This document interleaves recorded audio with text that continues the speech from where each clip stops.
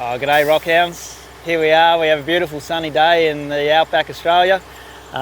We've just come out to site to pick up one of our machines. We've got a 6x6 truck that we recently brought in from the US. It's a BMY M932a2. It's an ex-military truck. So getting this M932a2 over to Australia was a bloody mission in itself. A big part of that success was thanks to Jack Martin, a top bloke who runs an army surplus business in Tucson, Arizona. When I told old Jack I wanted to take one of his trucks over with me to work in Australia, he just handed me the workshop keys and he said, go to town with the tools. To get it in the country, I had to strip it down. I put small tyres on it, took off the fuel tanks and toolboxes, and I even removed the roof. That way, I was able to drive it inside a container to get it shipped over. Originally, old Smokey was just a prime mover, but once we got it back home, we modified it with a tipper tray that was off a 1950s deuce and a half army dump truck. This relic of a dump bed was a fully self-contained unit. It was complete with hydraulic rams, an oil tank, and even a pump. I was really worried about the old hydraulic rams leaking, but Jack gave me that grin and he said it wouldn't let me down. And by geez, he was right. I've been using this dump bed for a while now and I haven't lost a single drop of oil. Old Smokey was definitely built for the roughest terrain. It's running an 8.3 litre Cummins engine, pumping out a massive 240 horsepower. That's paired with a 5-speed automatic transmission, diff locks, along with high and low range 6x6. If you're really keen, he'd even crack up to 90 k's an hour. At the moment we've got what they call a blow-by problem. So a little bit of the oil's getting past the rings and burning off and it's blowing out the top of the engine. So we've got a little bit too much smoke going on. We're just having a look at it now. Hopefully it's nothing internal. Because the truck's been sitting for a little bit longer than we like, we're hoping that it's a bit of a carbon problem. So we're going to run a little bit of additive through the engine, give it all a nice little clean up on the road, see if we can't get it freed up in there and get a better seal, and hopefully we might be able to fix the problem easily. Apart from that, if that doesn't work, then once we get it back to our yard in Perth, we might be able to sort of take the head off and have a look and see if there isn't a problem with the rings. We're going to try the additive. Reason being is that we've made sure there's no problem with the turbo, so we're not getting oil into anywhere it shouldn't in the crankcase because of that. There's no oil in the water and there's no water on the oil. So it doesn't look like there's going to be a problem with the head or the head gasket at this stage. So rather than strip it down and have a look at the rings themselves at this stage, we have to take the machine out anyway. So let's give it the treatment. Let's have a look if that alleviates the problem. And by the time we get out of here, we'll know whether we have to take it down to Perth and strip it down and have a little bit more of a look internally. Okay, so what we're going to do here is we're just going to drop the oil out quickly. We're going to put some fresh oil in and put some additive in there. We're just going to try and see if we can sort the blow-by problem out easily. So we're just going to make sure we don't get any spillage and just catch all the oil. We've got a couple containers that we'll take back to Perth and then get it recycled. Also good to be able to take the oil back and have it tested as well and just to see what's going on with the motor, just to see how it's burning off. It's a good thing for the old Stetson too, that acts as a bit of windbreak. So yeah, it's just the wind when it's just trickling out. We want to get as much of this oil out as we can. We're going to put the new oil in for the flush, so the more we get out now, the better the additive and the oil will sort of help clean the motor up. So what we're doing is we're actually grabbing all the sump oil, taking it back to Perth with us. We stockpile it in our yard and then eventually we'll recycle it. We just try not to get any spillages or anything like that. Just try and make sure we don't get too many more contaminants here. So yeah, take it back safely back with us.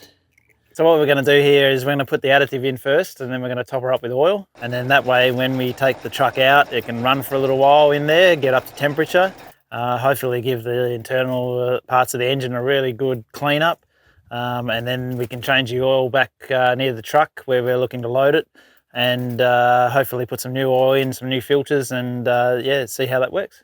So here we have just a little additive that we use to flush the oil out. It's got some chemical that reacts with the engine oil. It'll help lubricate the motor, go around, clean all the carbon off, and yeah, just give it an overall good flush. And hopefully, yeah, we can get some of that carbon out and we can get rid of some blow-by problem. So this crankcase is going to take about 250 mils of this concentrate. That'll be enough to give it a really good clean up in there and hopefully eat any of the carbon that's on the inside of the engine. So we're just going to drop some new oil in with the concentrate, and then just bring it up to its normal levels, and then that'll just help concentrate just get around all the parts of the engine, all the little nooks and crannies, and give it a really good clean out. So we've put the additive in. We're hoping that there's a good chance that could actually fix it. If the rings are sort of around the piston and it's stuck in with a lot of carbon and they're not quite opening up like they should and making that seal between the liner and the piston, you know, I mean, that's obviously allowing a little bit of oil to pass by and burn off. So this additive, if it gets behind the rings a little bit and really shakes it up, and might get it, you know, working enough that, you know, if we can get a better seal, and it might not 100% fix it, but even if we can make it, you know, 80% better than it is, then it'd be more than acceptable. After giving old Smokey a dose of this newfangled treatment, we let it work its magic and then put him to the test. After about an hour of pushing him hard on that old track, the smoke's thinned out a bit, but he's still chugging like an old Toyota that's done too many miles. There's been a heap of improvement, but still nowhere near what we're looking for. For now, Plan B is in motion. Mick and I'll drop in a fresh dose of oil. We'll give him a bit more hauling time to loosen up, and hopefully by the end of this expedition, old Smokey might just live up to half his name. A lot less smoky and a whole lot more old reliable. So we've just loaded up the 6x6 beast on the back of the Semi. It's a great opportunity for us to show you something that I'm really enjoying about the whole truck. It's an awesome bit of gear, but what I like most at the moment is the single point suspension on it. It's pretty unique for a truck. Normally when you're driving on a stiff suspension, you'll go through the creeks or up ramps or anything like that. It'll sort of bounce off the ground a bit. With this beast, it keeps everything on the ground, so you'll be able to see as it goes up onto a ramp. By keeping both sets of axles on the ground, every time I hit that accelerator, that power is just going straight into the ground, biting in and just driving the truck up. So we have the springs here. They're actually sitting free. They're rolling on one pivot point. That's connected to the chassis. And as I was saying, when it rides up over top of the rock, the springs will actually flex. The front axle will ride up, keep the rear axle on the ground as well. And then that way, if we start to lose any traction and you're putting your foot down, it'll just drive the truck forward. So we have another unique item on this truck, and it's set up pretty well for going off-road. We've got a CTIS set up on this truck, so on the fly I can hit a button in the cab. If we're going through sand, I can actually let the tyres down and it'll give us more traction and drive through. If we're hitting rocks, we can put a bit more pressure into the tyres, or if we're looking to hit onto an open road somewhere, we'll actually jump them up to a highway mode and then we can actually cruise. So yeah, awesome bit of gear for going off-road, and yeah, must for this truck. Old Smokey has done nothing but impress us on this first expedition. It's adapting to the Aussie Outback conditions like he was built for it. I always knew it was the right truck, but I never expected it to take on this landscape so effortlessly.